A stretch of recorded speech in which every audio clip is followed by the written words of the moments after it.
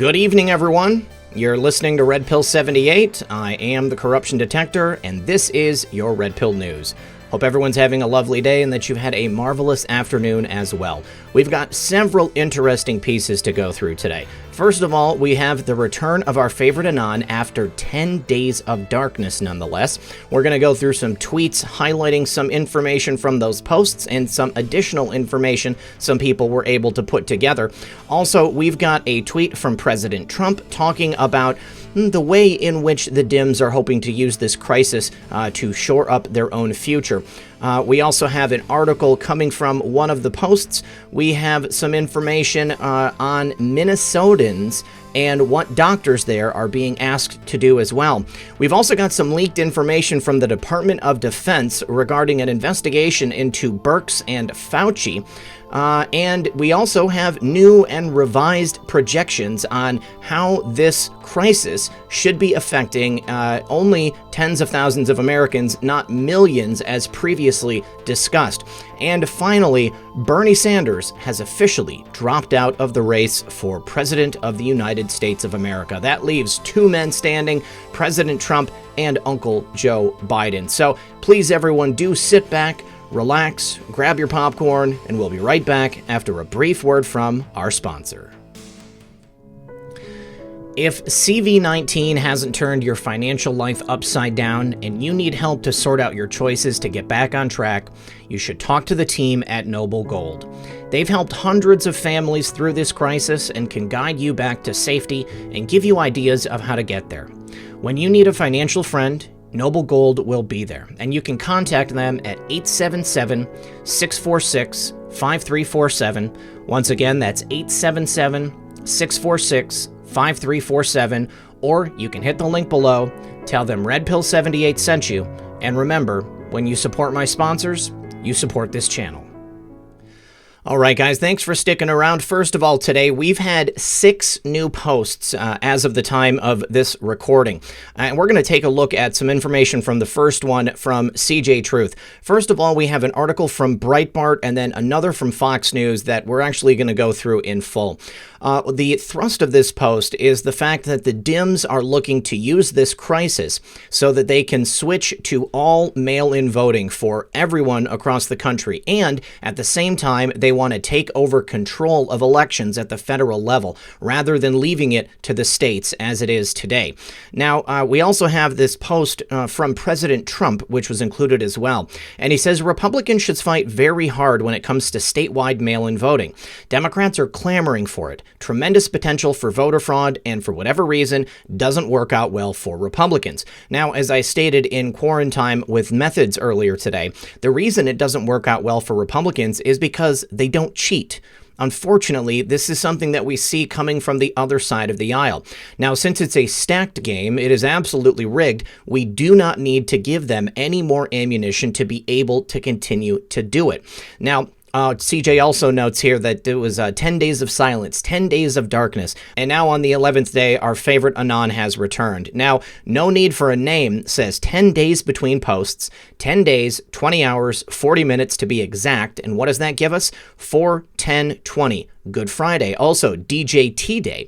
And from post 500, we have DEFCON 1 Fire and Fury. April 10th, 2020 equals go time. Amazing. Perhaps. Now, we've got post 3908 and 3909 right here. This was the last post, and that was on March 28th. Then we have the new post from today, which was 10 days later that there was no posts. And then we've got the information right here showing the exact length of time in between posts and no posts. Now, if we go back to post number 500, it says DEFCON 1 stringer marker, and that is where we saw 4/10/20 listed in the post, not as a signature on the end. Fire and Fury. And then if we go here to this Department of Defense post right here, it says weather from the air, land, or sea, USMC Marines with Maritime Raid Force at 11th MEU stand ready to complete their mission no matter what. Hashtag know your mill. Now, this was June 11th of 2019, but the date on the watch right here shows April 4th of 2020. What is going on with the idea of April 4th, 2020? 2020. That was a couple of days ago. Perhaps something in the form of an undercover operation, special operators not being able to tell us what happened. Perhaps something with those military branches took place, and we're just not privy to know it yet. And then No Need for a Name asks, coincidence? And it shows this post here from April 7th. We will conduct an air defense exercise, Falcon Virgo, Wednesday through Friday between midnight and 5:30 a.m. in Washington, D.C. Aircraft in the exercise include, and then goes through a list of them and says at what height they are going to be at. And then we have this post also from No Need for a Name, which shows 4/10/20 in New York. This is Donald Trump's license plate from, I believe it was either the late 70s or early 80s. So clearly, this is a direct nod to Donald Trump. He's used this in the past before, and he's also used it on the boards on a number of occasions. I know that everybody is waiting to see what happens on Good Friday, on 4/10/20, and I think that all of us should definitely be watching with extra vigilance this year, because now that we're waiting and that perhaps our favorite Anon and the team are also looking to accomplish something on that date, it also means that the DS, the swamp themselves, are also going to be paying attention on that date. Now, that Fox News article is entitled Harmeet Dillon, CV19 and Elections, Dems Doing This to Gain Political Edge. So we are supposed to have polls opening in Wisconsin after the Supreme Court of Wisconsin stopped Democratic Governor Tony Evers from postponing it. And the Dems are using this opportunity, never let a good crisis go to waste, caused by this pandemic, to move elections and take them over. And if they're able to succeed, they'll be able to do it permanently. Now, this is not just about attacking President Trump. This is about ensuring their power for the next 100 years or more. They've done everything they could to destroy the economy. The last thing they can try to attempt is to completely take over the electoral process. If that happens, this is truly the last vestige of freedom here in America. The Constitution is sometimes an inconvenient impediment to them when it comes to partisan politics. So the framers of the Constitution put in these checks and balances so that something like this would not be able to take place. There's a balance of power between the state and the federal government. Now, the Dems want to expand Washington's power to take over voting laws, completely control the entire process, and this is nothing new in today's world, where we see them trying to do this power grab in a number of different areas. Things like the Green New Deal, expansions of federal power that completely supersede states' rights. It's a bad, bad situation. Now, it's not surprising. They've been trying to do this for years. And Medicare for All, that's another excellent example of it. And they've been trying to change the rules around federal elections for years, and they're doing it through the courts. This is one of the reasons why it was so important for President Trump to get judges in that were going to protect the sovereignty of the states and to protect the sanctity of the Constitution. So that is the thrust of this article. I will leave it linked in the pinned comment below so you guys can check it out. And there will also be all of the articles that we talk about today down there as well. Now, the next post, 3910, reminds us who John Durham is. And in this article from the National Review, he is billed as the last trusted prosecutor in Washington. Now, apparently he is legendary. That's nothing that we haven't heard before. And he's the one who's leading the intelligence probe into the origins of the Spygate scandal, how it started and who gave the orders. Now, he has, up until this point in history, been someone who has received little attention. There are no videos of him speaking. There is one video on this platform of him speaking in 2018 at a college, but that's it. You can't find anything about him. He shies away from the limelight, and that's because he's interested in doing his job. He's not interested in getting media coverage like people we see in today's world, let's say Adam Schiff. Now, the information contained in the article is things that we have heard before. It just talks about how he was selected, what the function he is going to fulfill is, and basically that he doesn't talk to the press. All of these things bode well for the justice we seek, and I point to this as another reason why everyone should be very comfortable with what's happening. Now, there's also a profile in that post of him from BBC News. And here that is right here. And basically it goes through the same types of information, also with a little bit of background on what he's done in the past.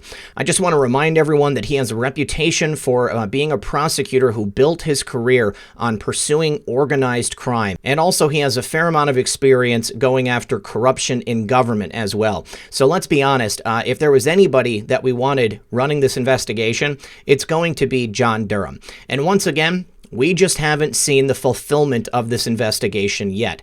It is still ongoing. John Durham is not going to let us down. John Durham is the man who is going to save America, behind Attorney General Bill Barr and behind President Donald Trump. Now, the next post you see on the screen is post 3911, and it's entitled, "They Will Stop at Nothing to Regain Power." We're asked, have you ever witnessed the media, Hollywood, D Party, full D Party, foreign leaders, foreign media, etc., push so much hatred towards a sitting U.S. president? Why are division tactics necessary?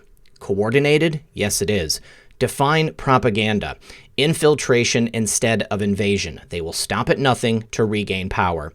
And once again, this clearly lays out what is at stake here.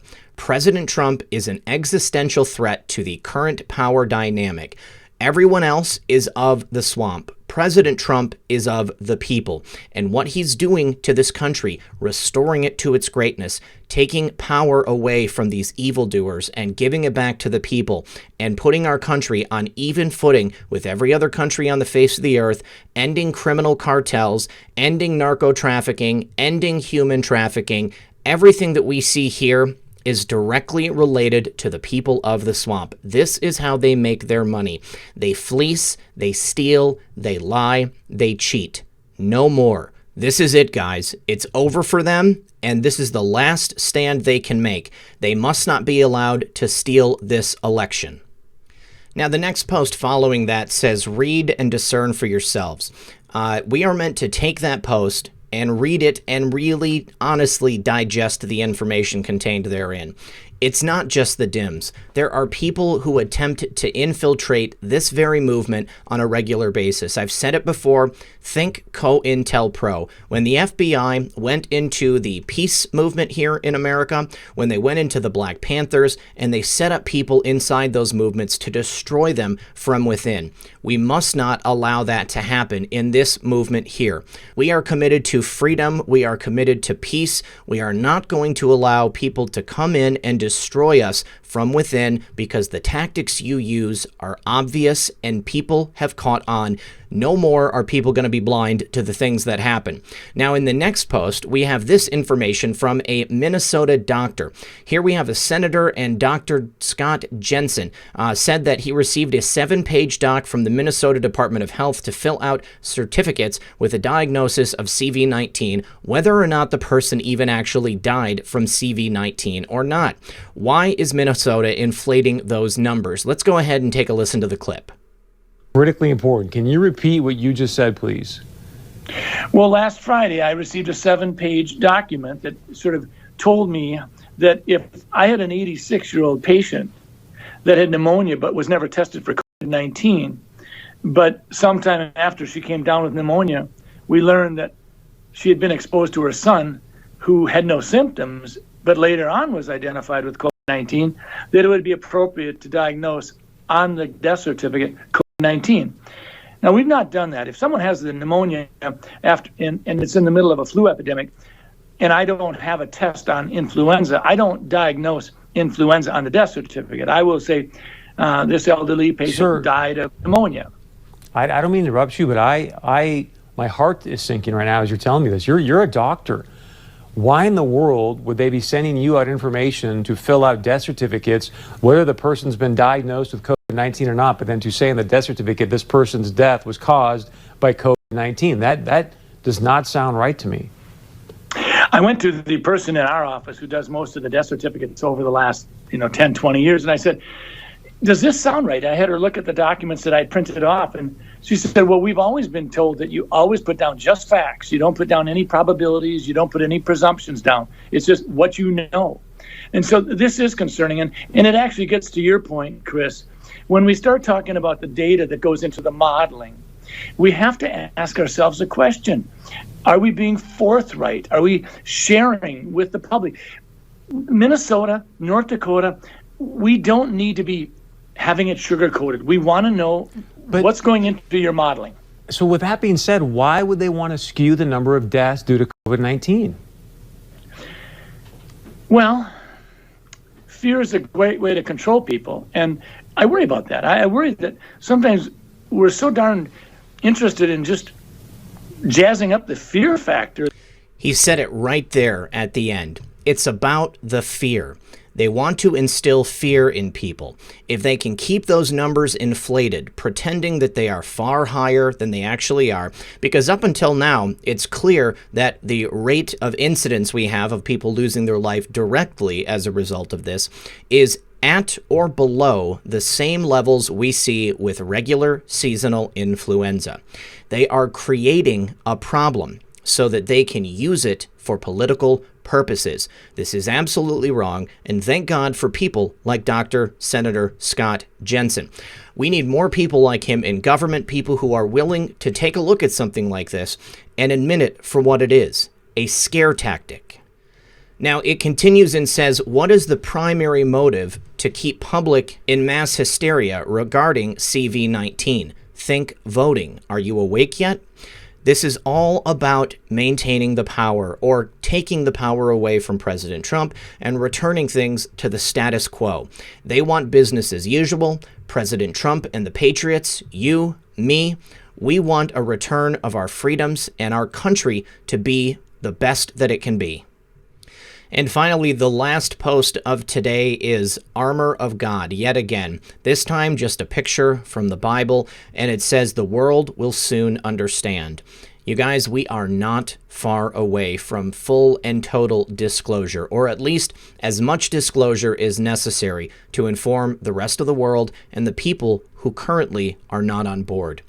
Wrap yourselves each day in the full armor of God, because through this right here, we can stay protected, we can maintain the strength and the resolution that we need to see this through to the end. Well, I guess I shouldn't have spoken too soon. I just refreshed the page, and my good friend and co-host Methods was just dropped again on the boards. This one has a lot of text with it, and Methods includes here for us something that he says, what are the odds? We've got a timeline right here, and then an ABC News article. Here's a screenshot from the timeline, and on January 15th, the patient who becomes the first confirmed U.S. case leaves Wuhan and arrives in the United States carrying CV-19. And then on January 15th, articles of impeachment delivered to Senate, triggering historic trial of President Trump. As we spoke about on the show earlier today, we've thought it was strange for a long time that Pelosi held on to those articles of impeachment till just the right moment when things were set into motion. Does anyone have any doubt as to whether or not this is a grand play put on by the Dems and a place like the CCP? I think that the answer is obviously yes, and I'm glad that our favorite Anon liked this as well. Let's go ahead and take a look at the rest of the post. So a lot of information to unpack here. Why was it fast-tracked in the House, meaning the articles of impeachment? Why did Pelosi hold it until January 15th? Obviously, she was waiting for the initiation to begin in terms of this plan. And what was the release marker? Well, that was the individual coming over from the Wuhan area.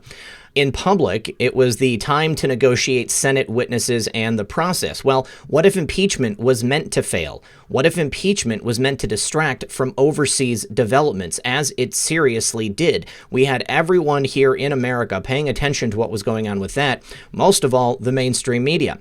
What if impeachment was to distract from overseas developments? What did all U.S. media focus on during impeachment process? How do you terminate POTUS rallies? How do you terminate POTUS economic gains? How do you terminate POTUS unemployment gains? How do you terminate POTUS China trade negotiations? How do you terminate Biden debates? How do you terminate Biden public appearances? How do you terminate Biden live interviews? How do you terminate and Biden Ukraine-China mainstream media coverage? How do you change the narrative? Who benefits the most? How do you alter POTUS-Biden presidential debate structure? How do you hold hostage public aid in exchange for national ballot harvesting law adoption? How do you appease radical left knowing Sanders' dropout coming? Hold hostage public aid in exchange for Green New Deal? The truth will shock the world. Regain power by any means necessary. This entire operation that you're looking at, what we have going on right now, this great crisis gripping the world and this country, was all designed to take all of these things into account. Terminate the rallies, terminate the economic gains, terminate unemployment gains, terminate the trade negotiations, make it so Biden doesn't have to debate, make it so Biden can't make public appearances or do live interviews, and terminate all negative coverage regarding the scandals whipping around Biden and his family and anyone else in the Democratic Party, namely Hillary and her cronies. The narrative has been changed. Everyone is now paying attention to this plan, and it is clearly not what they are making it out to be. They want to take over the electoral process so that they can once again put their favored candidates into office, and so they can remove President Donald Trump from the equation, and thereby the American people. All right, so the last full article we're going to go through today, because I didn't expect to cover all that information that we just went over, but there was a leak from the DoD showing that Dr. Robert Redfield, who's the director of the CDC, and Dr. Deborah Birx, the CV-19 coordinator for the White House, were the targets of a Department of Defense investigation after their colleagues in the U.S. Army and the U.S. Air Force blew the whistle on scientific fraud that they were involved in. And this was for clinical trials of an HIV vaccine. Now, these unredacted documents from the Department of Defense were revealed by True Pundit, and they detail a probe into the scandal inside the government's medical community. So Redfield was the leader of the Army's HIV vaccine project, which was assisted by Dr. Birx. And according to these documents, the project was plagued by manipulation of data, inappropriate statistical analyses, and falsified data presentation and publication to attempt to get a faulty vaccine approved by the FDA to treat HIV patients. Now, these documents are really not good for Dr. Birx and Dr. Redfield. And if you know anything about scientific research and the creation of studies like this, they depend upon the reliability of the data.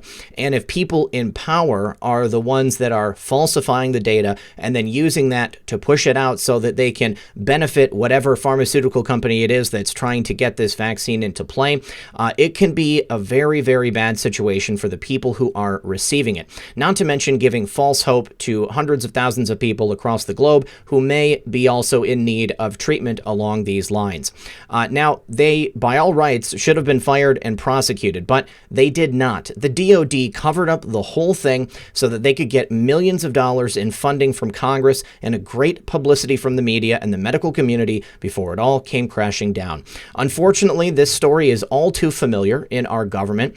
This is the example of people in the swamp covering for their own, covering for the pharmaceutical companies who stand to make millions of dollars, not to mention the millions of dollars they receive from the Congress and the federal government to do the research to create medicines such as this.